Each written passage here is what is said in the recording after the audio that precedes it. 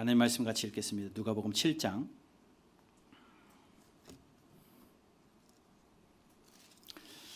1절에서 10절까지 같이 읽겠습니다.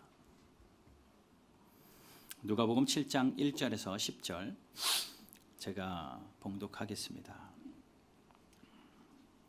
1절에서 10절까지 제가 한 목소리로 한 절씩 교독할게요. 제가 1절 먼저 봉독합니다. 예수께서 모든 말씀을 백성에게 들려주시기를 마치신 후에 가버나움으로 들어가시니라. 예수의 소문을 듣고 유대인의 장로 몇 사람을 예수께 보내어 오셔서 그 종을 구해 주시기를 청한지라.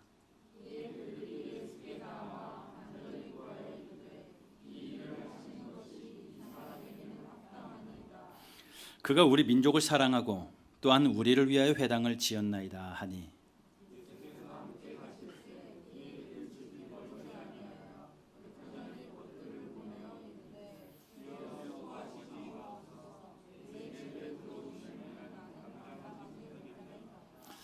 그러므로 내가 주께 나아가기도 감당하지 못할 줄을 알았나이다. 말씀만 하사 내 하인을 낫게 하소서.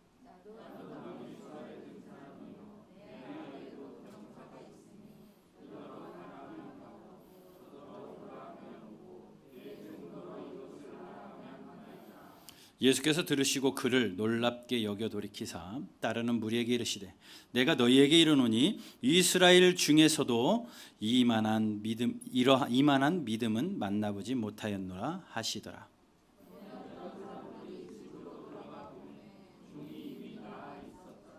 아멘. 우리가 살다 보면요 놀라는 일들이 있습니다. 삶을 많이 살아서 산전수전을 겪고 웬만한 것들은 짐작할 수 있는 식견이 생기면 놀랄 일이 줄어들기는 하지만 우리를 놀래킬 만한 일들이 계속해서 우리 주변에 일어나는 것은 사실인 것 같아요. 뻔히 일어날 것을 알면 놀라지 않습니다. 누군가 다 작전을 짜놓고 그 사람을 놀래키려고 하는데 놀램을 당해야 되는 당사자가 그 환경을 다 알아요. 아, 저 사람이 나 놀래키려고 하는구나. 그것을 알면 쇼하면서 놀라는 척은 하지만 놀랄 일은 없습니다. 무엇이 일어날지 다 알기 때문에요. 그런데 아무것도 모르고 당하게 되면 깜짝 놀라게 돼 있습니다. 우리가 놀라는 것은요 정말 기대치 않았던 것들 때문에 놀라거든요. 만약에 자녀가 있는데 이 자녀가 공부를 너무 잘해요. 그래서 늘 상위 클래스에서 성적이 나오던 학생입니다. 그러다 보니 부모가 그 자녀에 대한 기대도 있고 아 얘는 시험 보면 이 정도 성적은 되는 애구나 라고 믿었는데 어느 날 빵점을 받아왔어요. 그러면 놀라는 겁니다. 이 정도 할 줄 알았는데 어떻게 얘가 빵점을 맞았지? 그리고 놀라요. 또 반대로 어떤 환자는 날마다 빵점만 맞아요. 그래서 그 자녀는 그냥 건강만 해라 라고 했는데 어느 날 갑자기 그 자녀가 100점을 맞아왔어요. 그러면 똑같이 성적이라는 공부라는 시험이라는 그것에서 똑같이 놀랍니다. 기대 이상의 일들이 일어나기 때문에 그래요. 잘하는 아이에 대한 기대가 없을 때도 놀라지만 반대로 잘 못할 것 같은 아이가 잘할 때도 또 놀라기도 합니다. 우리는 그러니 같은 환경에서 내 기대에 따라서 놀람이 바뀌곤 해요. 예수님은 하나님의 아들이셨습니다. 그리고 우리가 잘 알다시피 전지전능하십니다. 모르시는 것이 없고 못하실 것이 없는 능력의 하나님이십니다. 우리의 생각도 아신대요. 성경을 보면 우리의 앉는 것, 일어서는 것도 알고 계시고 내가 어디에 가 있든지 무엇을 하든지 모든 것을 알고 계시는 하나님이신데 놀랄 일이 있으실까요? 모든 것을 완벽하게 아시는 그 하나님이 이미 알고 계시는데 우리의 수준과 우리의 형편과 우리의 모든 것을 아시는데 우리를 보면서 놀랄 일이 있으실까요? 없으실 것 같아요. 그런데 성경을 보게 되면 예수님이 놀라신 일들이 있습니다. 오늘 제목이 예수가 놀라다예요. 오늘 본문에도 9절에 이렇게 이야기하잖아요. 예수께서 들으시고 그를 놀랍게 여겨. 예수님이 놀라셨습니다. 이 예수님이 놀라다라는 단어 헬라어가요, 다우마조거든. 다우마조라는 단어입니다. 이 단어가 신약 성경에 3번 쓰여요. 그러니까 예수님이 특별히 예수님을 주어로 한 이 다우마조라는 놀라다라는 단어가 3번 쓰입니다. 마태복음에 1번 쓰이고요, 마가복음에 1번 쓰이고요, 오늘 본문의 누가복음에 1번 쓰여요. 그러니 예수님이 모르겠습니다마는 성경의 기록에 의해서 예수님이 이 땅에서 3년의 공생의 사역을 하시는 동안에, 33년을 사시고 3년의 공적인 일을 하시는 동안에 예수님이 놀라신 일이 성경에 기록된 것만큼은 3번이에요. 그런데 마태복음하고 누가복음은요, 같은 사건입니다. 그리고 마가복음은 다른 사건이에요. 그러니까 다우마조라는 단어가 3번 쓰이기는 했지만 마태복음하고 누가복음은 같은 사건이니까 한 사건이고요, 마가복음은 다른 사건이기 때문에 또 다른 사건입니다. 그러니까 예수님이 2번 놀라신 거예요. 어떻게 보면 예수님이 2번 놀라셨습니다. 성경의 기록에 의하면. 오늘 본문은 누가복음이기 때문에 마태복음과 병행 본문이 있거든요. 예수님이 놀라신 이유가 백부장 때문이에요. 이름도 기록되어 있지 않는 그 백부장 때문에 놀라십니다. 그러면 예수님이 놀라시면서 하는 말씀이 뭐예요? 내가 너희에게 이르노니 이스라엘 중에서 이만한 믿음은 만나보지 못했다. 믿음이 없어야 되는데 이방인이니까 믿음이 없어야 되고, 얘는 믿음이 없을 것 같아 라고 생각했는데 그에게 믿음이 있는 겁니다. 놀라운 믿음이 있는 거예요. 예수님이 깜짝 놀라신 겁니다.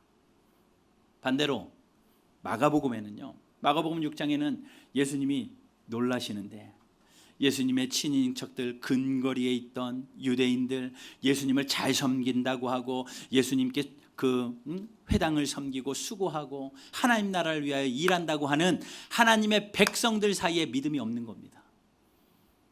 예수님께서 마가복음에서는 믿음이 당연히 있어야 될 사람들이 믿음이 없는 거 보고 놀라요. 너희들은 어떻게 믿음이 있어야 되는데도 믿음이 없냐?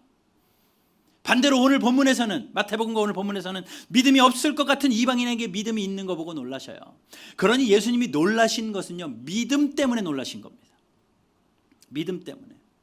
당연히 믿음이 있을 것 같은 사람에게 없어서 놀라시고, 믿음이 없을 것 같은데 큰 믿음이 있어서 놀라시고, 예수님이 이 땅에서 다우마조라는 단어를 쓰시며 놀랐던 일들이 믿음 때문이에요.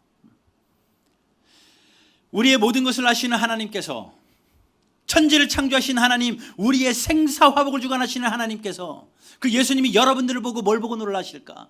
우리가 무슨 일을 해서 놀라고, 우리가 어떤 사업을 잘해서 놀라고, 내가 어떤 학교에 어떤 직장에 취업해서 놀라고, 그런 것들 때문에 예수님 놀라시지 않고요, 우리의 믿음 보고 놀라셔요. 여러분들 한 분 한 분 내 안에 있는 그 믿음 보고 놀라신다고요. 그런데 바라고 원하기는 우리에게 큰 믿음이 있어서 하나님께 놀래킬 수 있는 그런 믿음의 소유자들 되기를 주님의 이름으로 축복합니다.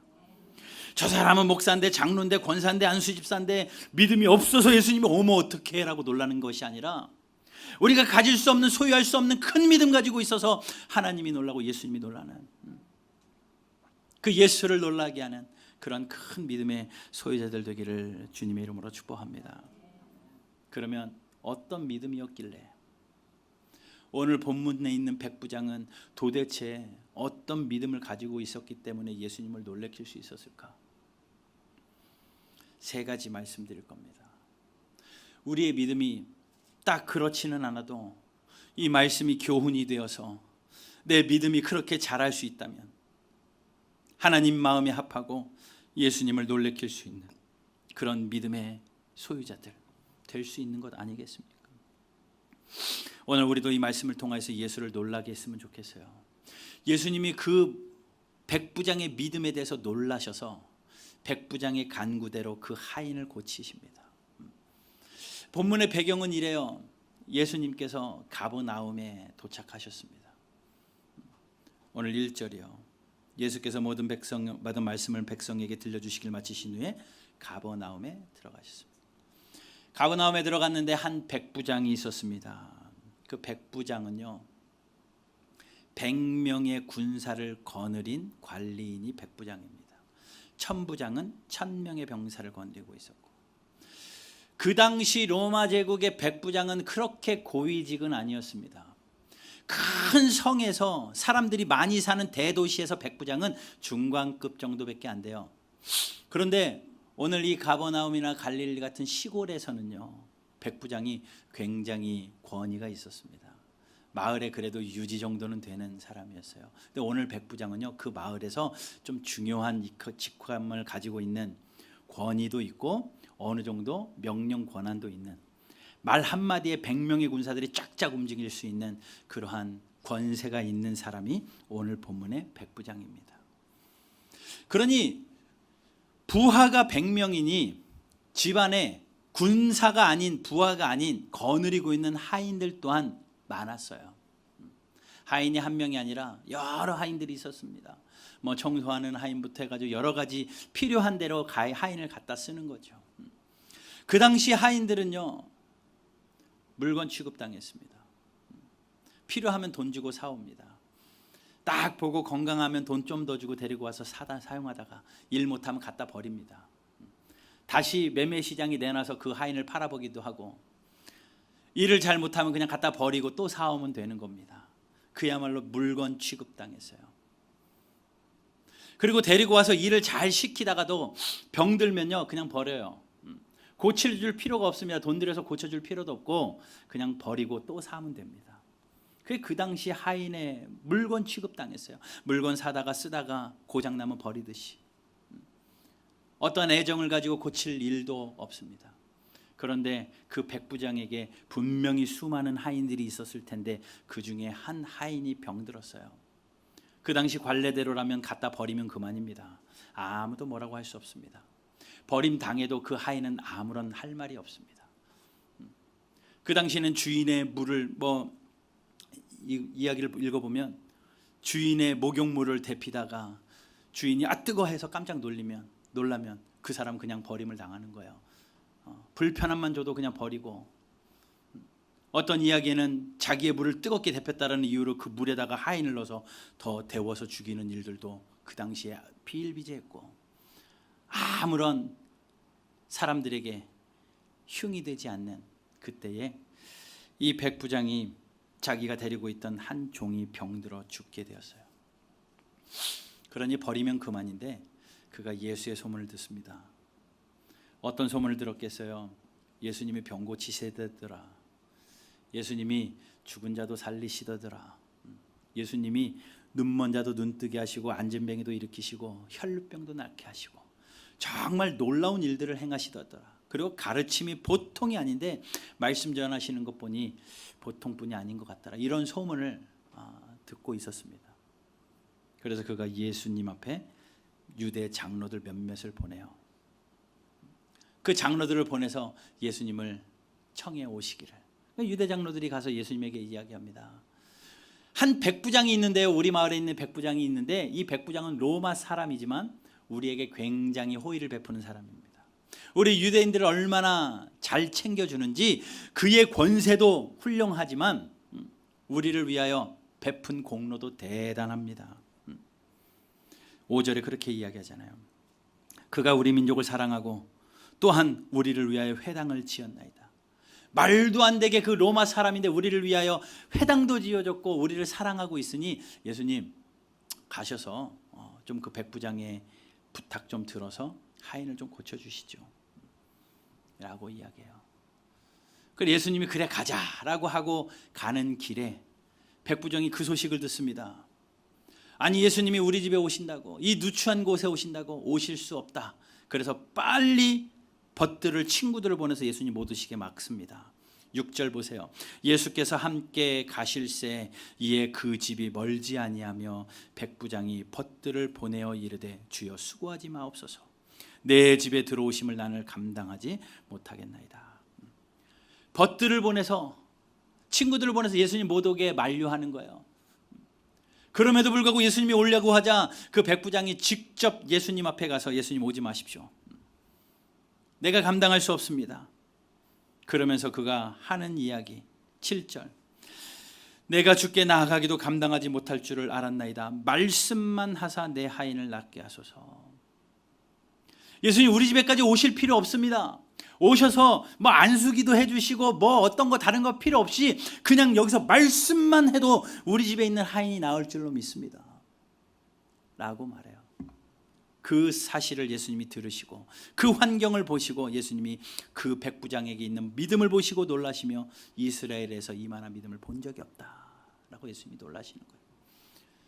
그리고 예수님이 그렇게 놀라시고 난 다음에 10절 보내었던 사람들이 집으로 돌아가 보니까 어떻게 돼요? 종이 이미 나아 있어요.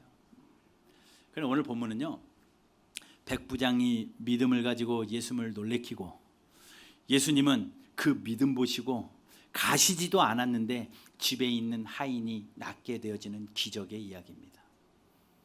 믿음 때문에 놀라시고 그 믿음을 소유한 자의 간구를 들으셔서 응답하시는 이야기가 오늘 본문의 이야기예요. 여러분, 우리도 이런 일이 있었으면 좋지 않겠습니까? 예수님 앞에 우리의 믿음을 보여서 예수님께 놀래키고 또 우리의 간구와 소원을 아뢰어서 그 믿음의 기반으로 한 예수님께서 응답하여 주셔서 말도 안 되게 우리의 삶에 기적과 같은 일들이 일어나기를 주님의 이름으로 축복합니다. 그러면 그 믿음이 무엇이었느냐? 세 가지로 말씀드릴 건데요. 첫 번째, 한 사람에 대한 지극한 사랑과 관심에 예수님이 일단 깜짝 놀란 거예요. 한 사람에 대한 사랑과 관심이 있는 것을 보고 예수님이 놀라신 겁니다. 왜요? 그 당시에 백부장은 뭐라고 말씀드렸습니까? 수많은 하인들을 몰고 다니는 사람이었습니다. 군사도 100명이나 거느렸습니다. 그렇기 때문에 그 사람에게 한 사람의 목숨이라는 것은 하찮았습니다. 특별히 하인들은 물건 취급을 당했기 때문에 갖다 버려도 그만인데 그 한 사람을 가슴에 품고 예수님 앞에 고쳐달라고 사정하는 모습을 보고 예수님이 그 한 사람을 향한 마음, 그 한 사람의 애절한 사랑의 마음을 예수님이 보시고 놀란 거예요. 그러니 예수님께서는요, 예수님이 놀라신 이유는 한 사람을 사랑하되 그 사람을 가슴에 품고 사랑하며 간구하는 그 모습을 보고 예수님이 놀라셨습니다. 여러분, 우리도 예수님을 놀래게 할 수 있는 것은요, 한 사람을 가슴에 품고 사랑해내는 거예요. 한 영혼을 가슴에 품고 저 사람 나랑 상관도 없는 사람이야, 저 사람은 나에게 필요 없는 사람이야, 선을 긋고 자기의 삶을 사는 것이 아니라 내 주변에 있는 모든 사람들이 하나님이 허락하셨으니까 있으니, 내가 오늘 만나는 모든 사람들이 하나님의 섭리 가운데 만났으니 저 한 사람도 나에게는 소중한 사람이다. 오늘 나의 가정에 있는 나의 가족들 나에게 소중한 사람이고, 이 자녀들 나에게 소중한 자녀들이고, 내 친구들 나에게 소중한 친구고, 내 이웃들, 내 손님들, 내가 만나는 모든 관계적인 그런 상황에 있는 사람들, 나에겐 정말 소중한 사람이다. 그 소중한 사람인 줄 알고 가슴에 품고 간구하는 겁니다. 가슴에 품고 간구해요. 한 영혼을 가슴에 품는다는 것, 내가 사랑할 수 있는 사람을 가슴에 품는 것은 누구나 다 해요. 예수님이 놀란 건요, 사랑할 수 있는 아들이고 딸이었으면 덜 놀라셨겠죠. 그러나 하인이었기 때문에 놀라요. 내가 사랑할 수 없는 사람을 가슴에 품고 사랑했기 때문에 예수님이 놀라신 겁니다. 여러분, 우리의 주변에 있는 많은 사람들 가운데 내가 사랑할 수 없는 사람들이 있을 거예요. 가슴에 품고 하나님 앞에 그를 위하여 간구하십시오.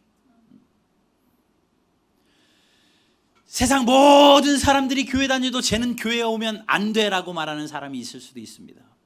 너가 교회 다니면 교회 물 흐려진다, 그러니 교회에 오지 말아라 라고 말하는 사람이 있을지 몰라도 그러한 사람들까지도 가슴에 품고 영혼 구원을 위하여 기도해낼 때 예수님께서는 놀라시는 거죠. 여러분, 우리가 한 영혼을 사랑할 수 있는 그러한 저와 여러분들의 믿음이 되시기를 주님의 이름으로 축복합니다. 우리가 먼저 예수 믿게 된 것은, 나에게 그 큰 은혜 주신 것은 나 혼자 잘 먹고 잘 살아라가 아니라 우리가 하나님의 사랑으로 성숙하여지면 또 한 영혼을 품고 그 영혼을 살려내라고 우리를 이곳에 있게 하셨으니, 여러분 주변에 한 영혼이든 두 영혼이든 하나님이 나에게 맡겨주신 영혼들 가슴에 품고 예수의 자녀 만들어낼 수 있기를 주님의 이름으로 축복합니다. 그것이 가족이 되어도 좋고 친구가 되어도 좋고 내 주변엔 누구든지 간에 그 영혼을 가슴에 품고 하나님 저 사람 살려주십시오. 하나님 저 사람의 육신의 연약함도 살려주셔야 되겠지만 하나님 저 사람 영혼 살려주십시오. 지옥 가서는 안 됩니다. 사탄의 자녀로 살아서는 안 됩니다. 하나님 저 사람 살려주십시오 라고 가슴에 품고 사랑할 수 없는 사람 사랑해낼 때 예수님이 놀라는 거죠. 또 예수님이 놀라신 두 번째는요, 그의 믿음에 권력이나 공로가 들어가지 않았어요. 권력이나 공로를 쓰지 않고 순수한 마음으로 순수한 믿음으로 예수님 앞에 있는 그것을 보시면서 예수님이 감동했던 겁니다. 놀라셨던 거예요. 그 당시 백부장은 아까 말씀드렸잖아요. 권세가 있었다니까요. 말 한마디면 군인 100명이 움직이는 거였으니 아마도 내가 듣자 하니 예수라는 사람이 우리 동네 왔다고 하는데 그렇게 병을 잘 고친다며 가서 불러다가 우리 집에 있는 저 하인 좀 고치라고 해라 라고 명령해도 그만입니다. 아마도 그 권세 가지고 믿음을 좌지우지할 만한 그러한 권세가 그에게 있었지만 그는 그거 쓰지 않았어요. 감당할 수 없다라고 예수님 우리 집에 오지 마십시오. 나는 예수님을 감당할 수 없는 사람입니다. 사회적인 권위가 있음에도 불구하고 말할 수 있는 권력이 있음에도 불구하고 예수님에게 그 권세로 나아가지 않았다라는 겁니다. 또 자기의 공로로 나아가지도 않았어요. 그 사람이 어떤 공로가 있었는데요, 유대인들을 사랑했다라고 이야기합니다. 유대인들의 증언이에요. 저 사람은 우리를 사랑했습니다. 대부분의 유대인들은 우리를 사랑하지 않는데, 대부분 로마인들은 우리 유대인들을 사랑하지 않는데 저 로마 백부장은 우리를 사랑했습니다. 그리고 저 백부장이 우리를 위하여 회당도 지어줬습니다. 5절에 그렇게 말하잖아요. 우리 민족을 사랑하고 우리를 위하여 회당도 지어주었습니다. 그러니 그 백부장이 예수님에게 그렇게 요구할 만도 하잖아요. 내가 얼마나 사랑했는지 저 사람들에게 들어보시오. 그러니 우리 하인 고쳐주시오. 공로를 이야기할 수도 있어요. 내가 여러 당신들의 저 유대인들을 위하여 회당도 지어줬습니다. 말도 안 되게 내가 힘을 써서 회당을 이렇게 멋지게 지어놨으니 그것 보시고 그 공로 인정하시고 우리 집에 오셔서 하인 좀 고쳐주시오 라고 충분히 말할 수 있는 권위와 공로가 그에게 있었지만 믿음 앞에 그것 쓰지 않아요. 그것 보고 놀랍니다. 하나님이 동일해요. 지금 교회들을 바라보며 또 성도들을 바라보며 예수님이 놀랄 것 같은 것은 세상의 권력 교회 안에 들어오지 않을 때 하나님이 놀라십니다. 사실 그렇잖아요. 세상의 권력과 하나만 교회가 와도 교회가 술렁거립니다. 세상에 무슨 국회의원, 국무총리가 교회 왔다 하면 교회가 시끌벅적해집니다. 하다못해 연예인 하나만 교회 와도 교회가 막 난리가 납니다. 세상의 권력가가 교회에 들어오면, 세상의 재벌가가 교회에 들어오면 교회들이 긴장을 합니다. 또 공로를 위해 내가 왕년에 교회를 위해 이런 일을 했고, 내가 왕년에 교회를 위해 이런 수고를 했고, 내가 헌금을 이렇게 했고, 내가 헌신을 이렇게 했고, 내가 이런 일들을 했으니 그런 공로를 가지고 예수님 그때 공로 기억하여 주시고 지금 나에게 이거 해주십시오 라고 공로를 내세우고 나의 권위를 내세우는 일들이 우리에게 얼마나 많습니까? 그러나 지금 예수님에게 동일하게 놀래킬 수 있는 우리의 믿음은 뭐냐면 세상의 권위, 여러분들의 세상의 지위 가지고 교회에 들어오는 거 아닙니다. 그리고 지금 나의 공로, 내가 이 교회를 위하여 어떤 공로를 했는데, 교회가 개척되어질 때 내가 무슨 공로를 했는데, 내가 지금까지 어떤 수고와 헌신을 했는데 그런 공로 가지고 와서 그것을 내세우고 내가 이것 했으니 예수님 오늘 들어주십시오 라고 예수님과 공로로 딜하는 것, 예수님이 놀랄 일이 아니라는 거죠. 그것들 다 뒤로 하고 순수한 마음으로 주님 하나 바라보고 주님 사랑하는 마음으로 무릎을 꿇고 있을 때 예수님이 이만한 믿음을 본 적이 없다라고 예수님이 놀라시는 거예요. 여러분, 존경하는 인물이 있습니까?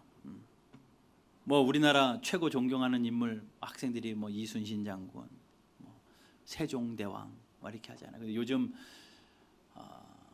초중고등 학생들은 그런 위인들보다는 운동선수, 오마이걸, 존경하는 사람들 이렇게 연예인들 이름 쓴대요. 저는요, 존경하는 사람이 학창 시절에 누구였냐면요, 저희 아버지가요 위인 전집을 잔뜩 세트로 한번 사주신 적이 있어요. 그러면 그걸 해놓고 그거를 읽어야 돼요, 방학 때 되면. 그래서 친구들이 저희 집에 놀러 오면요 무조건 한 권을 읽고 독후감 써야지 집에서 나가요. 그래서 늘 친구들이 없었습니다. 집에 안 놀러요. 네 우리 집에 놀러 가자. 안 가. 니네 집에 가면 독후감 써야 되잖아. 그래가지고 그랬는데 그 읽는데 나는 누굴 존경할까 이렇게 봤는데요 100권 정도 됐던 것 같아요. 근데 쭉 보는데 그 중에 조만식 장로님이 있어요. 고당 조만식. 그래서 그 이후로 그분을 그냥 학교에다가 존경하는 인물 그러면 조만식 썼는데, 이유는요 그냥 조씨래서 100명 중에 조씨가 그 하나밖에 없었어요. 100명 중에 조씨라고는 그 하나밖에 없었으니 그래 같은 조씨니 기왕 존경하려면 조씨를 존경하자. 그런데 그분이요 오산학교의 교장 선생님이셨더라고요. 오산학교의 교장 선생님이실 때 학생이 누구였냐면 그 책의 일화예요. 학생이 누구였냐면 주기철이라는 학생이 있었습니다. 아마 우리 순교하신 주기철 목사님에 대해서 잘 아실 거예요. 교장 선생님으로 재직하고 있을 때 주기철 목사님은 그 학교 학생이었어요. 근데 그 주기철 학생이 졸업을 하고 신학을 하고 저 대구에서 목회를 하고 있을 때 조만식 장로님이 평양에 교회를 세우기로 계획을 세우고 산정현 교회를 세웁니다. 그리고 담임 목사님을 사방으로 수소문하는데 이분이 직접 주기철 목사님 제자잖아요. 제자에게 가서 담임 목사님으로 오시기를 청빙하는 거예요. 청빙이요 원서 내가지고 원서 해가지고 인터뷰해가지고 뽑는 게 청빙이 아니라니까. 요즘 대한민국의 담임 목사 청빙 다 그렇게 하잖아요. 원서 막 200개씩 넣어가지고 탁탁탁탁탁 봐가지고 해가지고 청빙하잖아요. 근데 그 당시 청빙은요 교회가 목사님을 찾아서 청하여 모셔오는 게 청빙이었습니다. 그러니 산정현 교회를 세우고 우리 교회에 적합한 담임 목사님이 누구일까요? 무릎 꿇고 기도하다가 조만식 장로님께서 자기의 제자 중에 하나였던 주기철 목사님을 마음에 두고 직접 찾아 내려갑니다. 직접 찾아 내려가서 그 스승이 교장 선생님이 학생에게 무릎을 꿇어요. 무릎을 꿇고 우리 교회의 담임 목사님이 되어 주십시오. 얼마나 부담스럽습니까? 그래서 그 주기철 목사님 장로님 빨리 일어나십시오. 편하게 앉으십시오. 너무나 당황스러워서 장로님을 이렇게 세워서 앉으셨는데 그 일화에 그 장로님이 그 주기철 목사님에게 이런 말씀을 하세요. 책에 있는 내용입니다. 당치도 않으신 말씀입니다. 전에는 목사님이 학생이셨고 제가 교장이었습니다. 그러나 지금은 목사님께서는 하나님의 귀하신 종이 되었고 저는 그 종을 받들어 섬기는 장로에 불과할 뿐입니다. 그러니 편좌하라 말씀하지 마십시오. 편하게 앉으라고 말씀하지 마십시오. 그리고 끝까지 무릎 꿇고 앉아 계시대요. 스승님이 그러고 있는데 그 제자 또한 그 앞에 무릎 꿇고 같이 그 말씀을 듣지 않았겠습니까? 노 장로의 믿음에서 나오는 겸손이었습니다. 그 겸손에 감동받았어요 주기철 목사님이. 그래서 수락을 합니다. 그래서 청빙되어서 산정현 교회의 담임 목사님이 되죠. 어느 날 주일이었습니다. 장로님께서 급하게 교회를 세운 공로가 있는 분이잖아요. 또 담임 목사님을 모셔온 공로가 있는 분이잖아요. 그 교회에서는 공로와 권위가 대단한 분이었습니다. 주일날 열심히 섬기러 교회를 나가려고 하는 그때에 갑자기 손님이 찾아왔습니다. 그 나라 일을 하시는 분이었기 때문에 국채 보상을 위하여서 어떻게 우리나라가 민족 운동을 해야 될까 많은 사람들이 조만식 장로님과 상의하기 위하여 급한 시간을 쪼개서 찾아온 거예요. 시간을 보니 예배 시간이 다 됐지만 너무 중요한 나라 일을 해야 하는 까닭에 잠시 그 일을 처리하고 가다가 예배 시간에 조금 늦었습니다. 장로님이 부랴부랴 교회에 찾아왔는데 예배가 막 시작되고 설교가 시작됐어요. 그래서 조용히 문을 빼꼼 열고 뒤에 가서 앉으려고 했더니 주기철 목사님이 설교하다 말고 장로님 들어오지 말고 뒤에 서 계십시오. 예배 시간에 지각했으니 앉을 자격이 없습니다. 사람들이 깜짝 놀라고 부끄럽죠.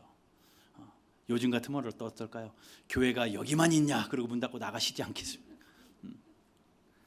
그런데 그 장로님이 끝까지 서서 예배를 드리시더라는 거예요. 뒤에서 끝까지 서서 예배를 드리시고, 그 목사님이 설교가 다 끝나고 예배가 마쳐지면서 장로님에게 부탁합니다. 장로님, 나오셔서 이제 마지막으로 마무리 기도해 주십시오. 그래서 조명환 장로님이 나와서 마지막 한 기도문이 이거예요. 하나님, 이 죄인을 용서하여 주십시오. 이 죄인이 외국 운동 한답시고 사람 만나다가 하나님 만나는 시간에 늦고 말았습니다. 목사님께서 얼마나 마음이 아프시면 설교하던 도중에 이토록 책망하셨겠습니까?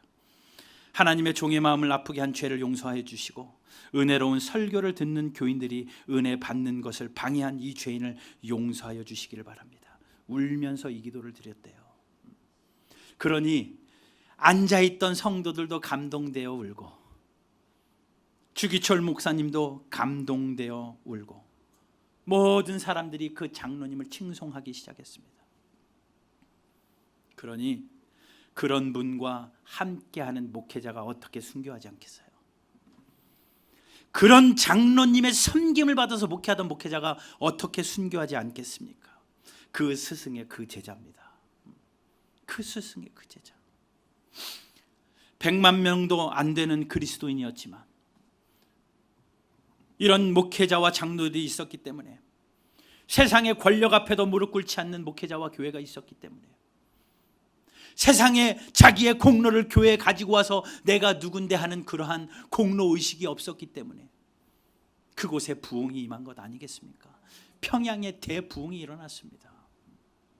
오늘 이 백부장에게도 부흥의 역사가 일어납니다. 그 하인이 고침을 받는데 자기의 권세를 가지고 와서 믿음 앞에 자기의 권세를 이용하려고 하거나 자기의 공로를 내세워서 공로로 딜하려고 하지 않을 때에 그 순수한 믿음을 보시고 놀라셨던 것처럼, 우리나라 평양배 대부흥운동, 1907년의 그 대부흥운동은 그러한 것이었어요.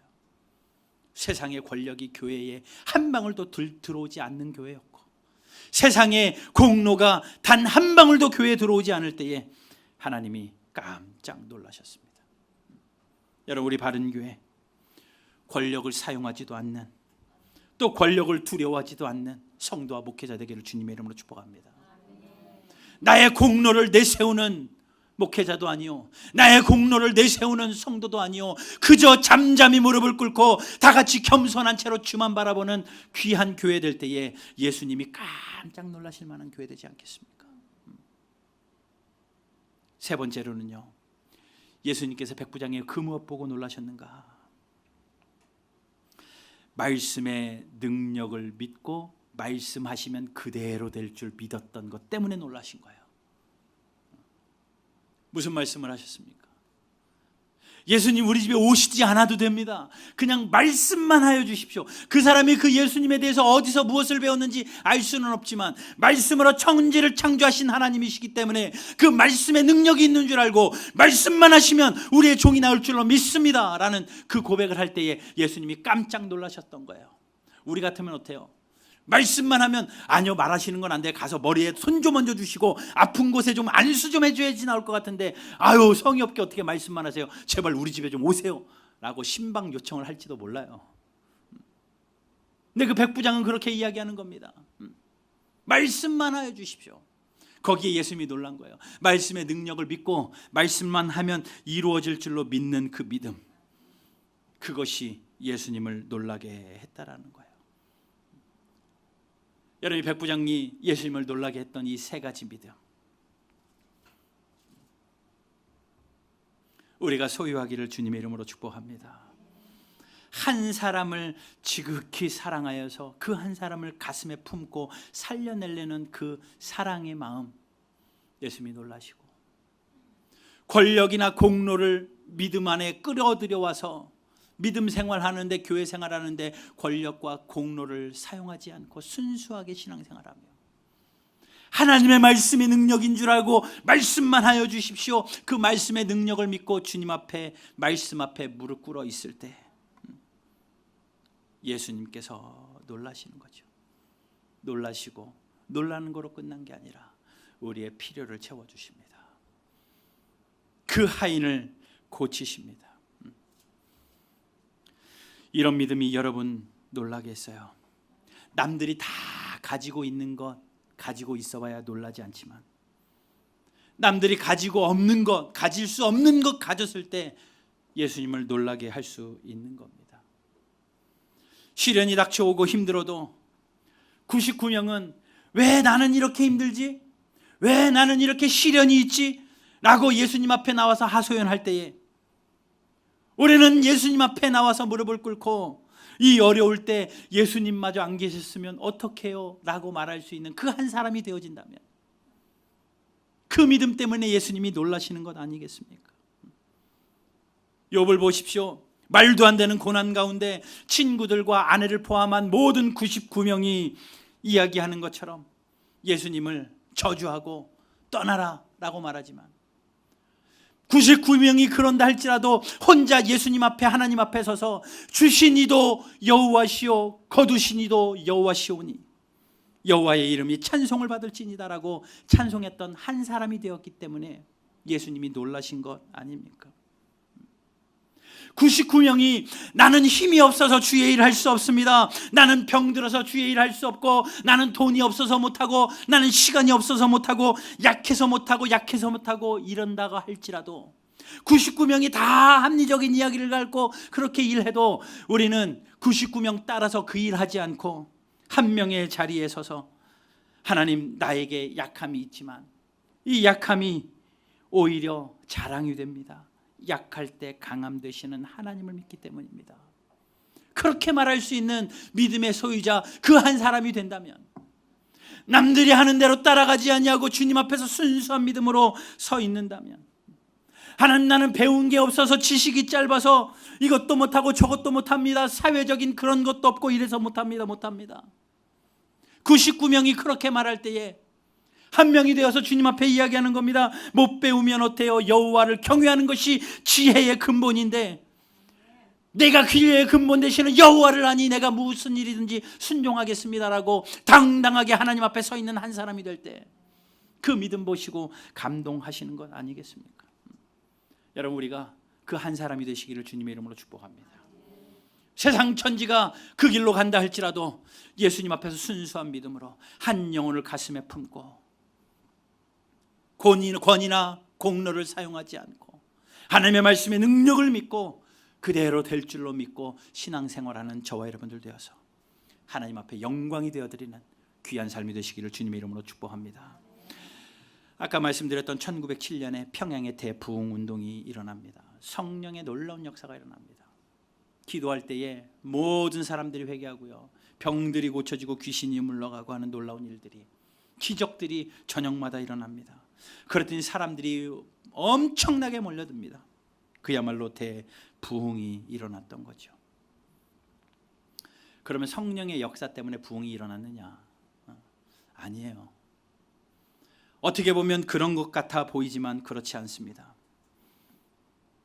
그들에게는요, 아무 일이 일어나지 않아도, 아무 현상이 없어도 여전히 눈물로 밭 갈고 논 매면서 가정을 지키고, 어머니들이 자녀들을 등에 업고 들쳐매고 교회를 다니면서 힘들게 신앙생활하는 하루하루의 눈물이 있었기 때문에 부흥이 일어난 거예요. 그냥 아무 현상이 없어도, 아무런 증거가 없어도, 아무런 소리가 들리지 않아도 믿음만 가지고, 오늘 이 일이 일어나지 않고 오늘 이 역사가 일어나지 않아도 내가 믿음만 가지고 한 걸음 한 걸음, 이 눈에 아무 증거 아니 배워도 믿음만 가지고 걷고, 내 귀에 아무 소리 들리지 않아도 하나님의 말씀 위에 서서 오늘 나에게 주신 일 걸어가며 나에게 주신 일 순종하며 걸어갈 때에 그것이 부흥의 출발이 되었다라는 겁니다. 여러분, 우리 바른교회 모든 성도들이 그렇게 주 앞에 신앙생활하기를 바라요. 어떤 아무 눈에 증거가 없어도 믿음만 가지고 걸어가는, 이 백부장의 믿음을 가지고 걸어가는, 내 귀에 어떤 소리 들리지 않아도 하나님의 말씀을 붙들고 걸어가는 그리하여 의심 버리고 믿음 위에 서는 이 백부장과 같은 믿음 소유하여서 하나님께 기쁨이 되어드리고 예수님을 놀라게 하는, 그리하여 우리의 간구도 응답되어지는 그런 복의 주인공들로 살아내는 저와 여러분들 되시기를 주님의 이름으로 축복합니다.